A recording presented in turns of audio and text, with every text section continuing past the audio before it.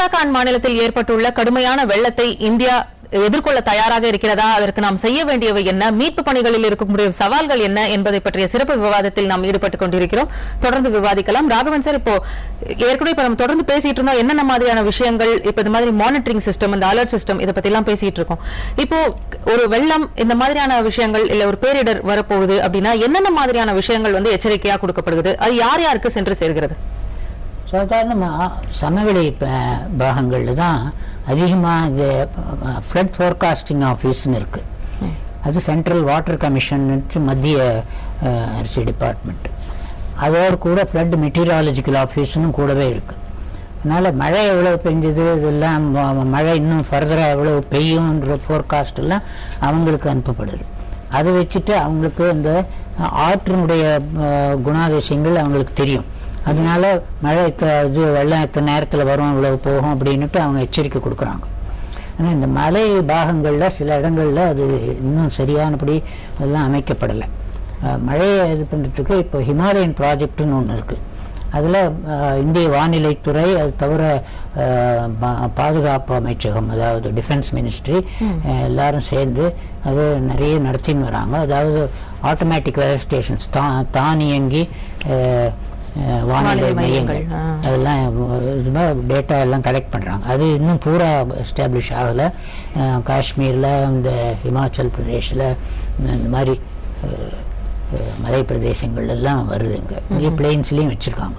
இப்போ இந்த மாதிரியான தகவல்கள் கிடைச்ச உடனே மீட்பு பணியினர் முதலாவதாக செய்வது என்ன சார்? எப்படி அதை பிளான் பண்றாங்க? முதல்ல இப்போ இந்த தகவல், அதாவது மழைக்காலம்ங்கிறது நம்ம குறிப்பிட்ட காலத்தில் வரும்போது தெரியும். இப்போ இப்போ ரெண்டு அந்த இமயமலையை பொறுத்த வரைக்கும் அந்த சம்மர் டயத்தில் அந்த ஸ்னோ மெல்ட் ஆகும் போது அப்போ உங்களுக்கு அது பனி, அங்கேருந்து பனி பிரதேசத்தில் தண்ணி வரும்பொழுது அது ஒரு வெள்ளம் வரும். அது பிப்ரவரி, மார்ச், ஏப்ரலில் வரும். அதற்கு பிறகு இந்த மழை காலத்தில் அது இப்போ ரெண்டு சமயத்திலையும் அங்கே இருக்கக்கூடிய அரசு அதிகாரிகள் இதற்கு ஒரு தயார் நிலையில் அவர்கள் இருக்க வேண்டும். இவர்கள் சொன்னார்கள் தானியங்கி இதெல்லாம் இருக்கு, அவர்களுக்கு வெள்ள அபாய எச்சரிக்கை கொடுப்போம், அவர்கள்ட்ட வேற மாதிரி வரக்கூடியதை பற்றி 24 மணி நேரத்திலேயே 48 மணி நேரங்களிலே கொடுப்பாங்க. ஆனா அதை வாங்குவதற்கு நாம் தயார் நிலையில் இருக்க வேண்டும்.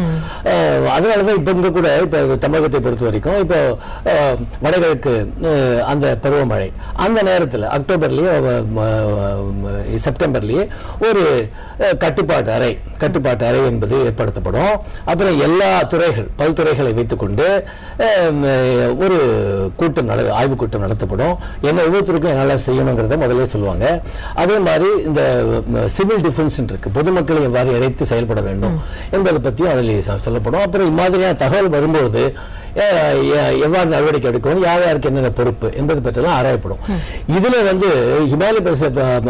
இமயமலையை பொறுத்த வரைக்கும் உத்தரகாண்ட் அந்த இடங்கள்ல இருக்கக்கூடிய ராணுவமா இருக்கட்டும், இப்ப அங்க இது மத்திய ரிசர்வ் படைங்கிறது, இந்தோ டிபெட்டன் பார்டர் போலீஸ் ஃபோர்ஸ், அதான் அங்க இருக்கிறது.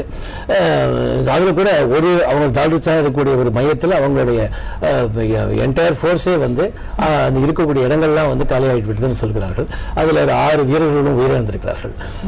அந்த மாதிரி நிலைமை அங்க இருக்கிறது. இது முன்கூட்டியே இப்போ ஒரு வெள்ளம் வந்தால் என்ன மாதிரி நடவடிக்கை எடுக்க வேண்டும், அதுக்கு ஹெலிகாப்டர் வசதி இருக்கிறதா, ஹெலிகாப்டர் எங்க நிறுத்தணும், இதெல்லாம் முன்கூட்டியே நம்ம தயார் நிலையில் இது திட்டமிட்டு இருக்க வேண்டும். ஆனா இப்போதான் ஏர்போர்ஸ்ல இருந்து ஹெலிகாப்டர் மூவ் பண்ணணும், இதெல்லாம் பத்தி ஏற்பட்ட பிறகு முன்கூட்டியே செய்திருக்க வேண்டும். அது செய்யப்படவில்லை. இது ஒரு பெரிய குறை. இதுலதான் இந்த மாதிரியான இடர்பாடுகள், பேரிடர்கள்ல நமக்கு கேஷுவாலிட்டி அதிகமாவதற்கு காரணமே இந்த தாமதம் தான். பேசுவோம் சார், அதாவது நம்ம எதிர்கொள்றதுக்கு தயாராக இருக்கிறோம். கிருஷ்ணமூர்த்தி சார், இப்ப நம்ம இந்த வெள்ளத்தை எதிர்கொள்ள இந்தியா போன்ற நாடு எக்விப்டா இருக்கா, தயாராக இருக்கிறோமா? அதாவது பேரிடர் மேலாண்மையில எப்படி நாம தயார்படுத்தணும் அப்படின்றது ஒரு பெரிய முக்கியமான ஒரு ஆராய்ச்சி நாங்க இதுல ஈடுபட்டு இருக்கோம். சென்னை பல்கலைக்கழகத்துல இதுக்கான ஆராய்ச்சியில நாங்க பண்ணும்போது பாத்தீங்கன்னா இதுக்கான விழிப்புணர்வு எல்லா வகையிலையும் நம்ம பண்ணணும். ஸ்கூல் பசங்கள்ல இருந்து காலேஜ் ஸ்டூடெண்ட்ஸ் பொதுமக்கள் வரைக்கும் இந்த பேரிடர் மேலாண்மையில எப்படி வந்து மக்களை வந்து தயார்படுத்துதல், இது வந்து ரொம்ப முக்கியமான பங்கு. இது கண்டிப்பா இந்த தயார்படுத்துதல் நிலையில வந்து நம்ம இன்னும் நிறைய பயிற்சி எல்லாம் பண்ணோம் அப்படின்னு கேட்டீங்கன்னா நம்ம இதனுடைய சேதத்தை வந்து குறைக்க முடியும். ஏற்கனவே இப்ப சீனா போன்ற நாடுகள்ல இந்த மாதிரி வெள்ளம் வரப்போகுதுன்னு தெரியும் போதே அவங்க அதுக்கான கட்டமைப்பு வசதிகளை வந்து அவங்க தயார்படுத்தி இருக்கிறாங்க. இந்தியா ஏன் அதுல தவறுகிறது அப்படின்னு நினைக்கிறீங்க சார்? அதாவது பேரிடரை பொறுத்த வரைக்கும் வளர்ந்த நாடுகளா இருந்தாலும் சரி, இல்ல வளர்ந்து வரக்கூடிய நாடுகளா இருந்தாலும் சரி, எல்லாருக்குமே வந்து அந்த பேரிடர் பாதுகாப்பு வந்து நாம வந்து சரியான முறையில பண்ண முடியும். இப்படி பண்ணா கண்டிப்பா எல்லா இடர்பாடுகளையும் தடுக்க முடியும்னு சொல்ல முடியாது. இது வந்து நாம கண்கூட பார்த்தது. அதாவது ஈவன் மேலை நாடுகள், அமெரிக்கா போன்ற நாடுகள்ல கூட அந்த பேரிடர் வரும்பொழுது அவங்களாலேயும் சில சேதங்களை எதிர்கொள்ள வேண்டிய நிலைமை தான் இருக்கு. இப்ப ரீசெண்டா நடந்த இந்த உத்தரகாண்ட் அண்ட் ஹிமாச்சல் பிரதேசம் நடந்த இந்த பிளாஷ் பிளட் வந்து பாத்தீங்க அப்படின்னு கேட்டீங்கன்னா, ஹிமாலயாஸ்ல வந்து அந்த காஷ்மீர் ரிவர் கேஞ்சஸினுடைய காஷ்மீர் ஏரியாவில் வந்து இந்த அடர் மழையினால, அதாவது ஒரு குறுகிய காலத்துல அதிக அளவு மழை பெய்ஞ்சதுனால இந்த வெள்ளம் ஏற்பட்டது யாருமே எதிர்பார்க்க முடியாத ஒண்ணு. சோ இது வந்து நம்ம வந்து என்னதான் போர்காஸ்ட் கொடுத்தா கூட வந்து பாத்தீங்கன்னா மக்களுக்கு வந்து அதுக்கு தகுந்த விழிப்புணர்வு இருந்து நாம அது கிரவுண்ட் லெவல்ல நிறைய பண்ணும்போதுதான் அதை நம்ம சக்சஸ்ஃபுல்லா பண்ண முடியும். ஆனா கண்டிப்பா அத்தனையும் நம்ம தடுக்க முடியும் அப்படின்னு சொல்ல முடியாது. ஏற பேரிடருடைய நேச்சரே அந்த மாதிரி தான். அது நம்மள எதிர்பாராத சமயத்துல வர வேண்டியதான். இது போர்காஸ்ட் அப்படின்ற பீரியட் ரொம்ப லிமிடெட்.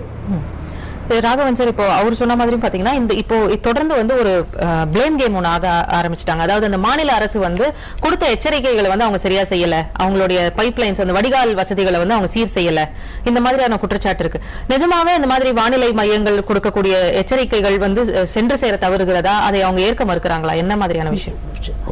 எச்சரிக்கை போன அப்புறம் அவங்க ட்ரெயினை கிளியர் பண்றது அந்த மாதிரி பண்ண முடியாது. இதெல்லாம் ஒரு வருஷத்துக்கு. இப்போ உதாரணம் பம்பாய் ஃபிளட்ல ரொம்ப ஃப்ளட் ஆயிடுச்சு, அதெல்லாம் இது செய்யணும் அது செய்யணும்னு பிளான் போட்டாங்க. அடுத்த மான்சூன் வந்த போது ஜூன் 1 வர வேண்டியது ஒரு சில நாட்கள் முன்னாலேயே வந்துடுது. அதனால அப்போ ஒன்றும் செய்யாதபடிக்கு ஒரு சில நாட்கள் முன்னால் வந்துடுத்து, நாங்கள் என்ன செய்ய முடியும்னு மறுபடியும் ஃப்ளட் வந்தது. அதனால இது நீண்டகால திட்டம் மூலமாக செயல்பட வேண்டிய விஷயங்கள் எவ்வளவோ இருக்கின்றன. அதாவது இன்ஜினியரிங் மெஷர்ஸ் சொல்லக்கூடிய கால்வாய்களை வெட்டுவது, ட்ரெயின் சரியா இருக்கான்னு பார்ப்பது ஒன்று. இன்னொன்று லீகல் அண்ட் அட்மினிஸ்ட்ரேட்டிவ் மெஷர்ஸ், அதாவது அனாவசியமான அங்கே கன்ஸ்ட்ரக்ஷன் எல்லாம் தடுக்கிறது, சிலதெல்லாம் பர்மிட் பண்ணக்கூடாது. உதாரணமா இப்போ இந்த கோஸ்டல் ஜோன் எடுத்துட்டீங்களா, கோஸ்டல் ரெகுலேஷன் ஜோன் ஒரு இது இருக்கு, ரெகுலேஷன் இருக்கு. இந்த 500 மீட்டர் வரைக்கும் ஒன்றும் கட்டக்கூடாது, அதை பிளாக் பண்ணக்கூடாது அப்படின்னு. அந்த இதை எல்லா அரசாங்கங்கள் முதற்கொண்டு எல்லாரும் மீறுறாங்க. அதுக்கப்புறம் எல்லாம் நடந்தப்புறம் மறுபடியும் இது பண்ணி பிரயோஜனம் இல்லை. அதனால அது நீங்க செலவு எவ்வளவு செய்யறாங்க அரசாங்கன்னு பார்த்தாக்கா, ஒவ்வொரு டிசாஸ்டருக்கு அப்புறமும் புயலா இருக்கட்டும், வெள்ளமா இருக்கட்டும், எத்தனையோ பல கோடி ரூபாய் செலவழிக்கிறாங்க.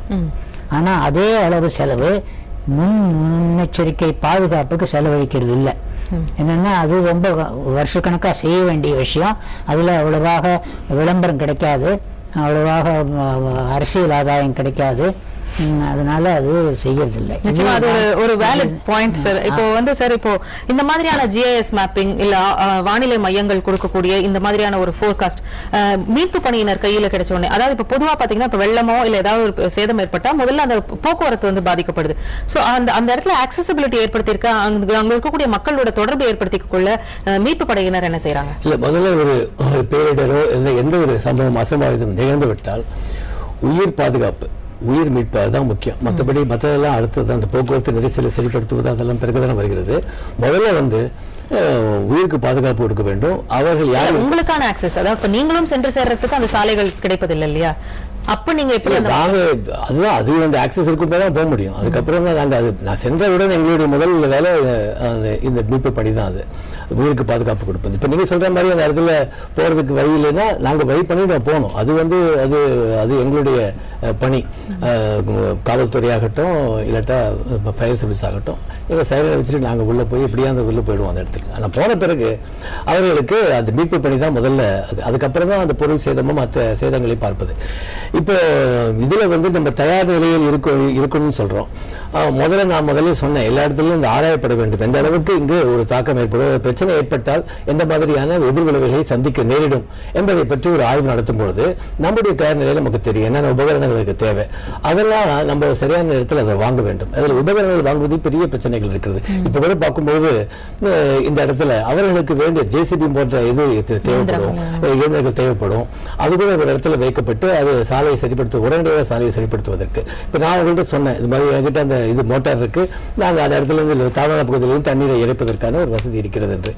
அதே மாதிரி ஒவ்வொரு இடங்களில் மரம் விழுந்திருக்கலாம், அந்த மரங்களை அறுப்பதற்கான ஒரு சாதனங்கள், அந்த சாதனங்களும் வாங்கியிருக்கிறோம். அது மாதிரி ஒவ்வொரு இடத்துலையும் இப்போ ஒரு இடிபாடுகள் இருக்கின்றன, இடிபாடுகள் கான்கிரீட் கட்டர்ஸ் இருக்கு. ஸோ அதை கட் பண்ணி எடுத்துன்னு போறதுக்கு அது மாதிரியான உபகரணங்கள் வாங்கணும். இதுல தான் முதலே முன்கூட்டி திட்டமிட்டால் தான் அதை செய்ய முடியும். இப்போ தமிழகத்தை பொறுத்த வரைக்கும் இந்த ஒரு திட்டமிடுதல் முன்பு இருந்தது. அதற்கு ஒரு தனியாக தீயணைப்பு துறைக்கு என்று ஒரு கமிஷன் அமைத்தார்கள். நீதியரசர் பக்தவச்சலம் தலைமையில் 2004ஆம் ஆண்டு.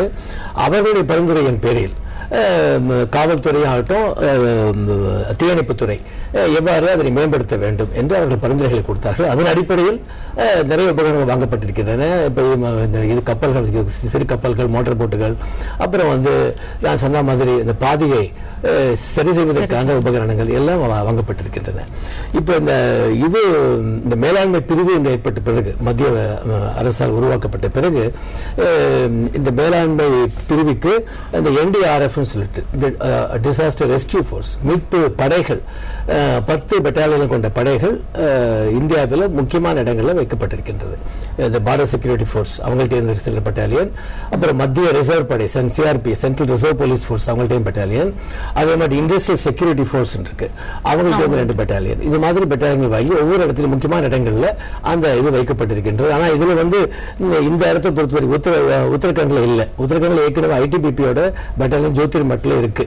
சோ அந்த தான் இப்ப மீட்பு படையில் முழுமையாக ஈடுபட்டிருக்கிறார். இதற்கு காரணம் என்ன, இந்த தாமதம் ஏற்படுவதற்கான காரணம் என்னன்னு கேட்கலாம். கிருஷ்ணமூர்த்தி சார், இப்ப சொல்றாங்க சரியான நேரத்துல சரியான ஆய்வுகள் செய்யப்பட்டு அதற்கான தீர்வுகள் காணப்பட வேண்டும். ஆய்வறிக்கைகள் குறைவாக இருக்கிறதா? அதற்கான பணிகளை இந்தியா போன்ற நாடு ஏன் செய்வதில்லை? நாம பாத்தீங்கன்னா பேரிடர் மேலாண்மையில ஆராய்ச்சி, நம்ம விஞ்ஞான வளர்ச்சி இல்லைன்னே சொல்றதுக்கே கிடையாது. இப்ப சுனாமினா கூட அதுக்கு வார்னிங் சிஸ்டம் ரெடியா இருக்கு. சோ ஒரு இடத்துல ஃபிளட் அஃபெக்ட் ஆகக்கூடிய இடம்னா ஃபிளட் மேனேஜ்மெண்ட், அதெல்லாம் நிறைய ஆராய்ச்சி நிறுவனங்கள் தமிழ்நாட்டில இருக்கலாம், இல்ல இந்திய அளவில் இருக்கலாம், இதுக்கான ஆராய்ச்சி எல்லாம் பண்ணி, விஞ்ஞானபூர்வமான ஆராய்ச்சி எல்லாம் பண்ணி அதுக்கான ஆய்வு கட்டுரைகளை வெளியிட்டு இருக்கோம். அதை எல்லா லெவல்லையும் உபயோகப்படுத்தும் போது பாத்தீங்கன்னா எல்லாருடைய பார்ட்டிசிபேஷன் அதுல தேவைப்படுது. அதுதான் முக்கியம். நம்ம ஒரு இடத்துல இவங்கதான் இதை சரியா பண்ணலன்னு நம்ம சொல்ல முடியாது. ஈவன் பொதுமக்களுடைய பார்ட்டிசிபேஷன் பங்கேற்பு கூட இப்ப முக்கியமான இருக்கு பேரிடர் மேலாண்மை பொறுத்த வரைக்கும். சோ அந்த அடிப்படையில நம்ம பார்க்கும்போது கண்டிப்பா நம்மளுடைய விஞ்ஞான வளர்ச்சியோ நம்மளுடைய ஆய்வு கட்டுரைகளோ போதுமானது அல்ல அப்படின்னு நம்ம சொல்லவே முடியாது. ராகவன் சார், இப்ப அந்த GIS மேப்பிங் ஆகட்டும், இப்ப நம்ம நிறைய செயற்கைக்கோள்கள் செலுத்தி இருக்கிறோம். அந்த சில செயற்கைக்கோள்கள்ல இந்த மாதிரியான வானிலை ஒரு முன்னெச்சரிக்கைக்காக நம்ம செலுத்தி இருக்கிறோம். இப்ப இந்த மாதிரியான செயற்கைக்கோள்களிடமாகட்டும் இல்ல இந்த மாதிரி நவீன தொழில்நுட்பங்கள்ல இருந்து நமக்கு கிடைக்கக்கூடிய தகவல்கள் எப்படி இருக்கின்றன? தகவல்கள் எல்லாம் சரியாதான் இருக்கு. அது அவர் சொன்ன மாதிரி எல்லாம் இருந்தால் கூட நம்ம அதுக்கு அதை சரியாக உபயோகித்துக் கொள்ள தயாராக இல்லை. மற்ற நாடுகளை பற்றி ஒரு எக்ஸாம்பிள் சொல்றேன்.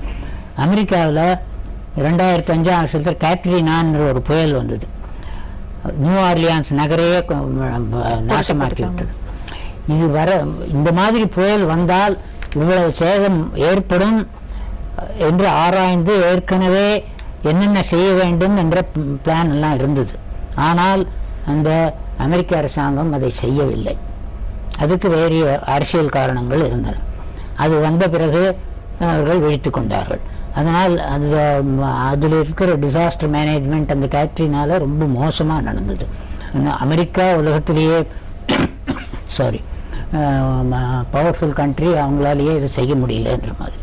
அது தவிர இப்போ சைனா எடுத்துட்டீங்களன்னா யாங்ஸி நதி, அதுல வருஷம் ஃப்ளட் அதிகமாகுது. ஏன் அதிகமாகுதுன்னா கீழே சில்ட் தூர்வா படிஞ்சு மேல ஆறுனுடைய ஆழம் குறைஞ்சி போகுது.